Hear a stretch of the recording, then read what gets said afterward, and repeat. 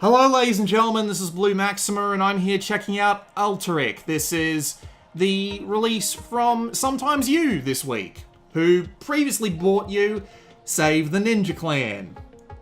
Sorry to tell you that this game isn't that much better. So we'll go have a quick look around, but there's really not that much else to see. You can choose what level you want to go to. I'm at level 24 of 30 and that's after about an hour and a half. I legitimately cannot be asked to play this game anymore. And you can see all the other levels there. And there are some settings, but as you can see, it's just the basic stuff, nothing too out of the ordinary. I don't even know why he bothers to have an English language, because this game has no story and no plot whatsoever that's included in the game. The only plot you get is on the store page, and I'm not entirely sure why they insist on doing it on the store page. You want to know what the plot is? You got killed and you're stuck in a parallel world. Also, you're a bloody jumping white box, which appears to be a theme lately. But we're just going to get into a level real quick. I'm just going to pick one at random because, frankly, pretty much any level is good enough to demonstrate this game. Notably, you can't navigate the menus with the D-pad. You can only do it with the analog stick. I'm not entirely sure why that's a thing, because you can move around in-game using the D-pad. Oh, fuck me. I had to pick this fucking level, didn't I? Well, this will be as good a demonstration as any. So this is... Good start, Blue Maxima. Good fucking start. This is Alteric. It is a... I don't want to call it a hardcore platformer because it's really not that, but it's trying to be difficult. And it tries to be difficult by making everything as annoying as humanly possible to deal with. So, the entire game is controlled by two buttons, other than the D-pad or the analog stick, of course. The analog stick and the square button and the X button. The X button is a jump, it'll also do a double jump. The jumping in this game is a bit floaty and off, and it's really kind of annoying. And if you press the square button, you will swap between parallel realities, and the different parallel realities can have different obstacles in them. It's a very basic mechanic. I need to jump earlier than I did. It's kind of hard to focus with all these bloody bullets coming around, and this is actually a really difficult level that I'm trying to make look easy, because I spent like 10 minutes stuck on this level, because the way this game works is actually really annoying with its blade checkpoints and everything, so... For fuck's sake. Alright.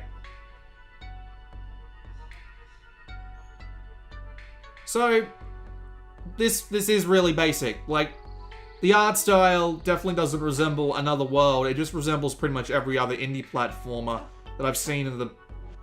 Fuck's sake. It resembles every other platformer that tries to be like one of those really difficult ones, only even more boring. The art style definitely doesn't appeal to me in the slightest. Like, I don't know why the background is so colorful. And then the actual stages are just black with spikes and nonsense like that. It's a really boring style and it gets to me really quickly. I mean, I know that it's kind of a nitpick more than anything else, but it's just really frustrating to deal with. Because it's one of these sorts of bloody games, you know? I have finished this level. You saw that I've seen the levels after it in the level select screen.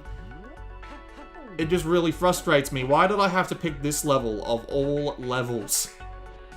But nevertheless, I must continue on. So, this game commits one of the primal sins of your typical platformer title. It has slippery controls, but not only does it have slippery controls, it has slippery controls on purpose. And half the levels are designed around fucking you if you fuck up with these slippery controls. And what do I mean by slippery? Well, what I mean is, and this will be a good point to demonstrate, you can tap the D-pad and you will go flying. You will cover a ridiculous amount of distance on a flat surface. And there is seemingly no reason for this other than to make the game extraordinarily difficult. I assume this will just move me straight to the next level and I can just keep going. Yep, it's this level too. And this gets 100 times worse when you have to deal with any of these little things here, because due to the controls being slippery, you can't do correction very well, because if you tap the button, you will go flying across the screen, and this particular point here is a massive demonstration of it, because if you press the button while you're trying to hide in here, like, did you see, you saw that big glide to the right I did, right? That was me just tapping the D-pad. It is legitimately that ridiculous of a slippery control scheme. And like, look at this. Look at how far this slope actually makes me I'm not pressing the right button, by the way. I'm not pressing right. It is literally just sliding me down at that rate. Because the game is just that cruel about it. And if I touch those spikes, I die, and I go right back to the very beginning. So, well, I just touched the laser, so I went back to the beginning anyway.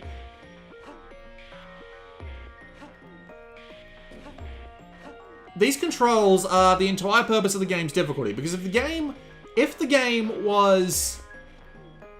didn't have these controls, it would be 100 times easier and therefore 100 times quicker. As I said, I've been playing this for about an hour and a half at this point, and I am basically through, like, most of it. Like, the game's got 3 chapters with 10 levels each, and I was at level 24. So that's like 5/6 of the game. You know I can't speak properly, don't give me shit about it. So, the game is rather short, and it would be way shorter if you were having to deal, if you weren't having to deal with the bad controls. However, the bad controls also have a really annoying side effect in that it doesn't really make the game that fun to play at all. You don't feel like you're being precise, it just feels like you're being slippery and sloppy all the time. Which is good in some situations, but not in platformers. So it's just really unsatisfying because half the time it feels like it's the controls fucking you over and not your personal lack of skill at the game. And of course, he designs all the levels to be as horrifically hard as possible, with some weird collision masks. Sometimes it looks like you don't even touch stuff. Like, you can be hit by saw blades that are just barely sticking up through the ground that you can't see. It's that sort of game where he wants to make it so that literally everything is out to fucking kill you, and it's absolutely infuriating. It's not like Super Meat Boy where the controls are spot on, so every time you fail, it feels like your fault, and the levels are designed in such a way with such a good curve of difficulty that it makes you want to try again. And it doesn't give you that satisfying feeling at the end like Super Meat Boy, where you get that massive set of replays of all your dudes just constantly dying until you get that one that gets to the end. It doesn't have any of that satisfaction to it whatsoever. Combine that with the level designs, which feel specifically designed to fuck you over, because they are. Like, let's not mince words here. It's absolutely designed to do that. And the game's just not that fun. I might be making the game look really fucking easy. That's because I've spent like 5 to 10 minutes on each of these levels trying to figure out all of their bullshit. And there are levels that are just absolutely infuriating to deal with. Like, these reverse gravity buttons literally make a level that's entirely based on luck. Like, it's not luck-based. The spikes are always in the same place, but due to the way the actual level works... It's this level! Perfect! I can actually talk about this level while I'm playing it. Due to the way these spikes are laid out, you can swap into this, but due to the fact that you can't see any of the other obstacles in the background, you can't actually know when you can safely swap out. Like, so if I press square now, look at that. Just because I had the bad luck to press left while I was falling meant that I went straight into a spike thing I couldn't see just beforehand. It's bad luck. And this level is entirely luck-based. I spent 15 minutes on this level just because it's entirely luck whether or not you warp out at the right time. Not to mention the game lags to hell when you swap between planes, which is really unpleasant to deal with when you're talking about a surprisingly hard level. And the levels are just designed to exploit all of this. Like, see that? Yeah, I'm not even going to play this level anymore. I'm just going to pull back and go to one of the earlier levels, because there's another thing that I wanted to point out. I just wonder if I can get lucky enough to actually pick that level. I actually think it's this one here. Run, just run. No, it's not this one. I think it's one that's actually earlier. Hang on. Nope. Analog stick menus are really annoying. Step across a chasm. Let's try that one. No, oh well. I'll just let it go. I won't spend too long looking for it. So you can see how this shit works. There are a couple of other things about the level design and stuff that fucks you over as well. So, just as an example, when you die, you might notice that the game doesn't actually reset the game's pattern. So enemies will stay in the same place they were when you died, and they'll keep going. Same thing with like moving saw blades and stuff. This is the most retarded thing ever, because... Whoops. This is the most retarded thing ever, because it means that you can't get that really good run, like in Super Meat Boy. You can't get used to the idea that the game... You can't get used to the idea that the game will be the same way every time once you've respawned. So you can't be constantly... You can't be absolutely sure of the way certain things will react once you get to them. It's always playing the game pretty much entirely... Well, not so much at random, but... You're not going to get a very good idea of the rhythms and the patterns, which don't make it a very satisfying game. Thank God it's not a fucking time attack game, otherwise I would lose my fucking mind. Checkpoint! You see almost none of these. There is seriously next to no checkpoints in this fucking game. Like, I'm not even joking. Like, there are a ton of levels where you're absolutely begging for a checkpoint because the level is just a massive dick and you need to practice on a later part of the level, but you just can't do that because there's no checkpoint. They introduce a checkpoint and then they use it in like 3 levels out of the 20 that I've played. And this one here where you get 2 checkpoints, that's just cheap. It makes you expect all these extra checkpoints and you'll never get them. And that is the most frustrating thing of all, except not really. There are a couple of other things. This is the pause menu. See those platforms still moving on the right? Yep, you don't get the fucking pause. And I would have liked a little bit of warning that pressing the square... I know I've been through this level before, but just hear me out. The fact that there's no warning that you need to swap your thing, and sometimes you'll end up running into things that will kill you just because of this, is the most frustrating thing in the world. It means that you have to replay the levels over and over again just in order to figure out what the obstacles are and how you need to get past them, sometimes.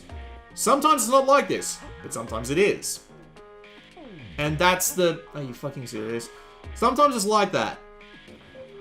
Not all the time, but sometimes. And I don't think that's a good example of puzzle platforming. A good example of puzzle platforming is making it so that you are alerted to an obstacle, and you get an opportunity to process the... I've pressed the square button by accident, fuck's sake. A good puzzle platformer design is you get to see the obstacle, and you get to see it in a situation where it's not going to outright kill you if you fail the first time. We're just going to exit the menu. I'm going to go show you the boss of the second chapter, because seriously, this game does have bosses.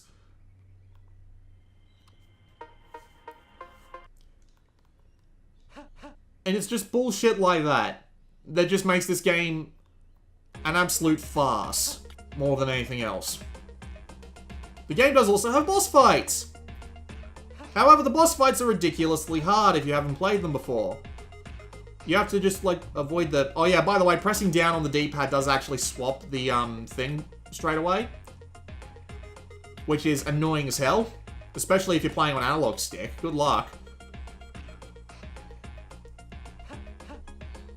But yeah, as you can see, the bosses don't actually reset. Like, you have to hit him on both planes. So as you can see here, he's got just one health thing left. However, this just means you literally just have to bang your head against the wall to beat these bastards, because they're entirely random. They're absolutely 100% random. So there's nothing to see in the way of shit. There's nothing to see in the way of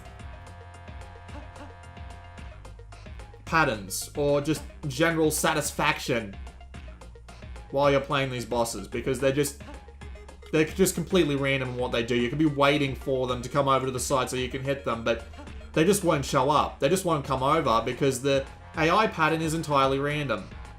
I'm not even joking. It literally is just random. Like, I just had some really good luck there.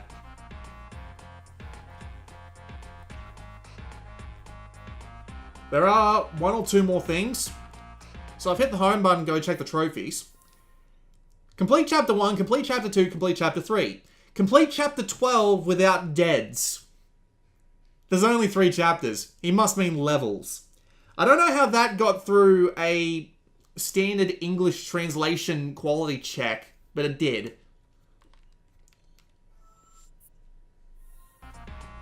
And as I said before, it's only 2 hours long. Like, seriously, you can beat this game in 2 hours if you want to. And it does have a platinum, surprisingly. But it's still really shit, and I wouldn't recommend you buy it. It's like $3.99, something like that. It's cheap, but it's not really even worth that. Just don't bother. Do not bother. This has been Blue Maxima, and I will see you all next time.